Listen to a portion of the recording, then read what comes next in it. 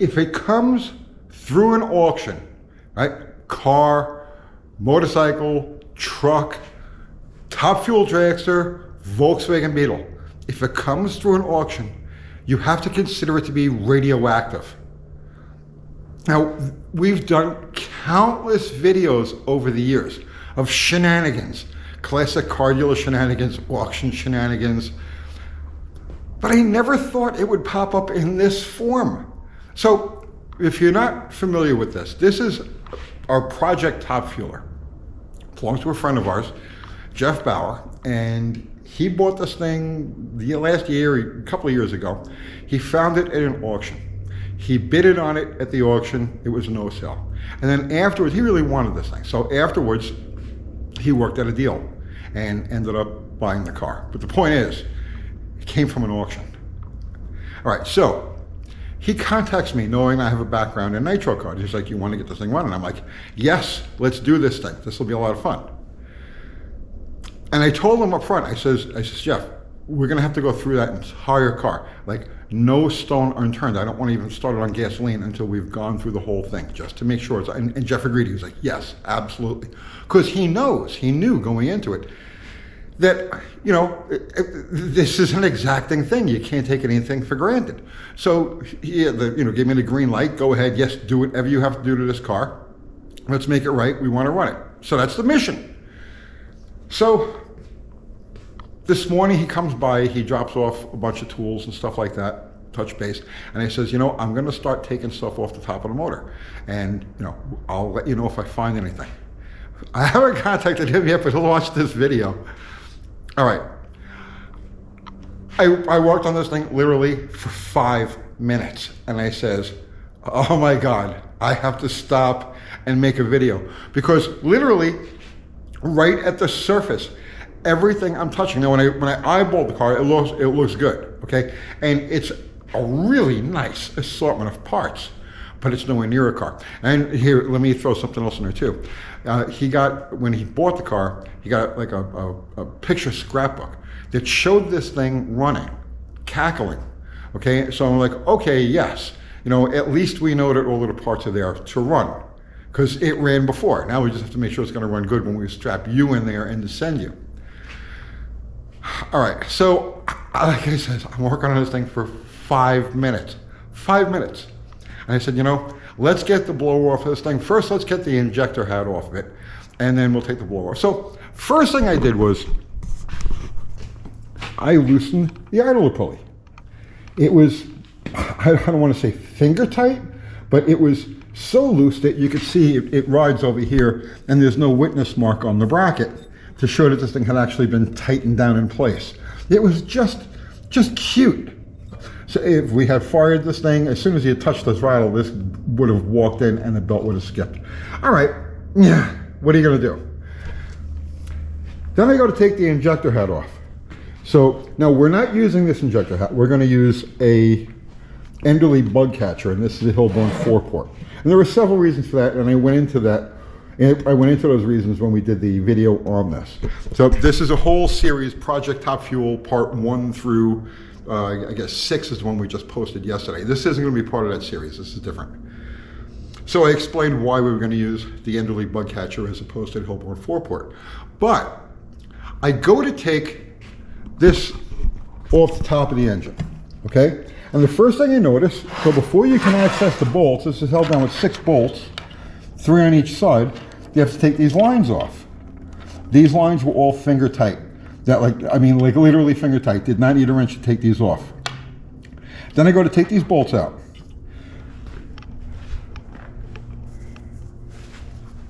Okay, now this is a very rare Keith Black Magnesium 671. You just don't come across these. Very nice condition inside, good Teflon and all of that. But as I'm taking the bolts off, okay, I come across this one. It's stripped out. This bolt was cross-threaded in place. This is a magnesium case, so they cross-thread really easy. If you over-tighten them, it'll pull the threads right out. That one bolt, the other 5 were just finger tight. and that one bolt was like cross-threaded in place. Okay, we can helicoil this, that's no problem. But here's the thing you need to know about this. If you had run this car with that hat, with the Hillborn 4-port, this thing has a long throttle shaft that runs front to back, you know, down here. And that's why you have these center bolts in it. The Enderle bug catcher only has 2 bolts in the front and 2 bolts in the back, because the throttle blades are up here, the throttle shaft is up here.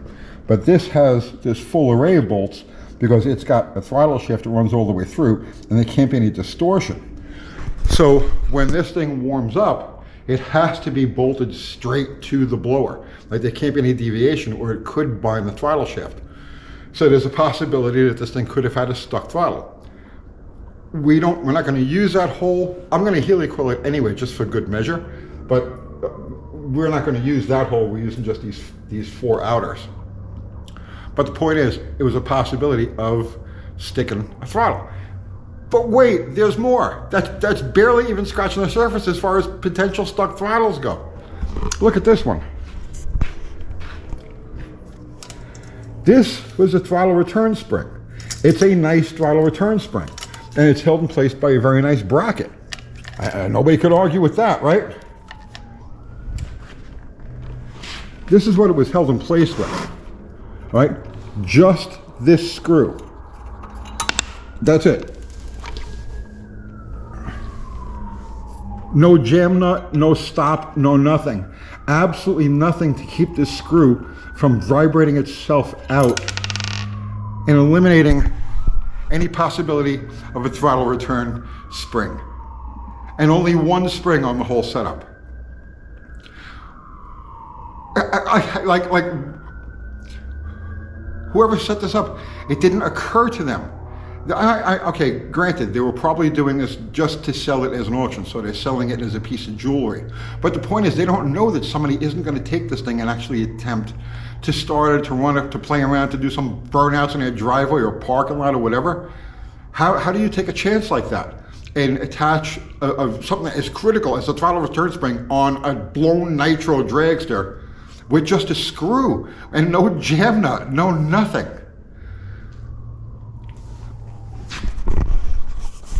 These bolts were all loose except for the cross-threaded one. Now, I'll just go to a random bolt over here. I already checked this on the other side, but this is one I haven't touched yet. Okay, look at this. Look, that's how tight the hardware is that's holding this engine together. That's a top fuel dragster. That's it. Think, and it's loose. Like every single bolt on this engine that I've come across so far, it's just loose. Just, okay. This is typical of auction stuff. All they care about is it's beautiful, and this thing is beautiful. It's polished, it's perfect. Even like the bolts, you could never tell a wrench was ever on there, because the wrench was barely ever on there. When they put this thing together to sell as jewelry, they made sure that all of the hardware was brand new and perfect and pristine and only tightened down far enough, you know, so that you didn't actually put wrench marks on any of the hardware. Now, how they had this thing running, I don't know. And I actually, like I said, I've seen pictures of it running. Jeff has the scrapbook that shows this thing running. But I don't know how it could have run without like spewing liquids. All of the nozzles were loose. The one main fuel line, this one over here, was tight, but every single other one was just loose. Okay, then you come to some other stuff like this.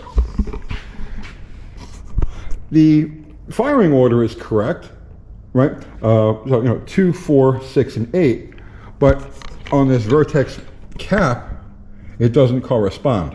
Over here, we've got 1 on the cap is, let's see, which one is this? 8. 1 on the cap is 8 in the engine.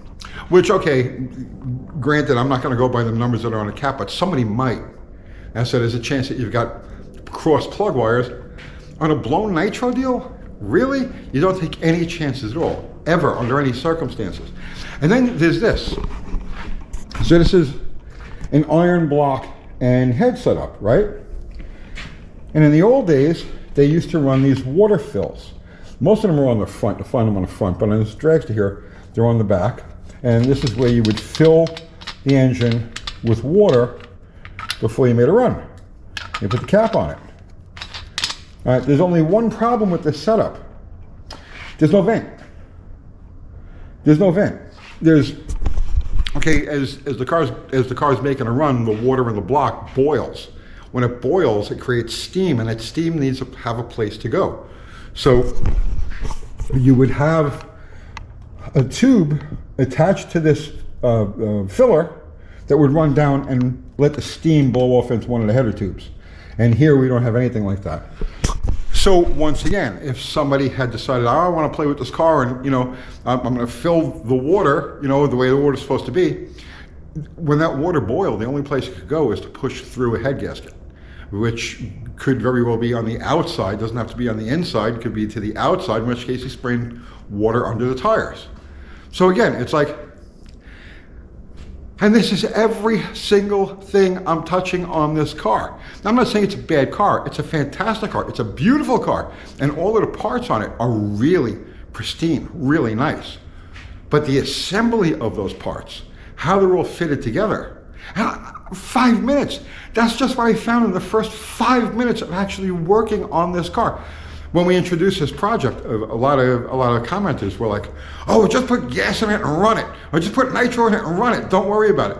No, these are the reasons why, this is why. I'm like, no, we have to go over every single bit of this thing, because if this is what I find just lightly touching around the outside of this thing. Imagine what craziness we're going to find once we get actually deep inside the engine. You can't take any chances with something like this. Now, this is not about Top Fuel Dragsters. What it is about cars, vehicles, and it doesn't matter, like I said, it's going to be a Top Fuel Dragster or a Volkswagen Beetle. It doesn't make any difference. Stuff that goes through auctions, stuff that goes through, like, you know, professional dealers and stuff like that. It's so, I don't want to say it's all like this. The majority of it is like this. It's beautiful, it's pretty, it's pristine. We've done countless videos on people who've bought cars from classic car dealers and auctions and stuff like that. And underneath the paint is, underneath the whole undercarriage of the car is all Bondo. It's got tape over rust holes in the frame rails. It's got, but they appear perfect, they appear pristine. We've done countless videos like this. And this is just another one, you know, along those lines. Buyer beware. If you're gonna buy anything from an auction, treat it like it's freaking radioactive. Treat the car as if it's just something like this, okay? It's a nice pile of parts, and now you're gonna go through the whole thing and make sure that everything functions up to snuff, everything's the way it's supposed to be. You have to do that. When vehicles are prepped for auctions, the only consideration they have is creating eye candy. And this is the perfect example of that. Like I said, you look at all of the hardware on here. Now you could tell, you've been around race cars long enough, you know what hardware looks like. You know, because all of the bolts are gonna have wrench marks on them, they're gonna have little scars and divots and dings and so on and so forth that show you, yes, this is a seasoned piece of, you know, hardware. Where on this car, there isn't a single seasoned piece of hardware on it. It's all brand new, fresh stuff. Because at an auction, when somebody's gonna look at this thing, that's what they see. They see the jewelry. And that's what they're looking for. They're looking for the jewelry. If you're looking to make a car function, again, whether it's a Top Fuel Dragster or a Plymouth Valiant, it doesn't make any difference. If you're looking to make it function, you have to scrutinize every little thing, everything. Because you never know, the guy who put this thing together, you never know what was on his mind, if he even had a mind, what he was trying to hide, what they're trying to get away with, what they're trying to, like, you know, get you to focus on. All right, enough of that. I'm gonna continue taking this thing apart. But to answer the commenters, they were just like, yeah, just throw nitro in it and make noise. Yeah, no, this is why you don't just throw nitro in something and you make noise. I found enough problems right now to make this car a safety hazard. Imagine what we're gonna find when we actually go deep inside of it. I don't know. I have no idea. Did the pistons match the bore, or the rings, you know, right, or the bearings right, or anything? You don't know. You don't know until you get in there and you start measuring and stuff like that. So, one other thing people were asking about, because we've set some pretty lofty goals for this car now. You know, as far as performance, making runs with it. Talked about that in the last video. This car passed NHRA Tech. It has an upgraded roll cage, the whole aft section of the car, and it had a sticker on it. So the car meets 10.1, 10.1B or 10.1C, I forget which one it is. And I don't believe that they've made any other major changes to the chassis specs since then. So this car actually did pass. It would be legal to run about 200 miles an hour at an NHRA track, and we're not worried about that. And I have gone over the condition of the tubing and everything, and it all looks good. There's nothing that's bent, there's nothing that's cracked that shows any obvious signs of fatigue. There's no repairs that were made, you know, hasty kind of repairs they make at the track that could cause trouble down the road. I haven't found anything like that yet. So the car is in good shape. And the basic parts are in good shape. Now we just need to take everything apart carefully, examine everything, and then correct all of the shortcuts, mistakes, trickery that was implemented on this thing when they were getting it ready for the auction. Radioactive, it's ridiculous. Hope you got something out of that. I'll see you tomorrow.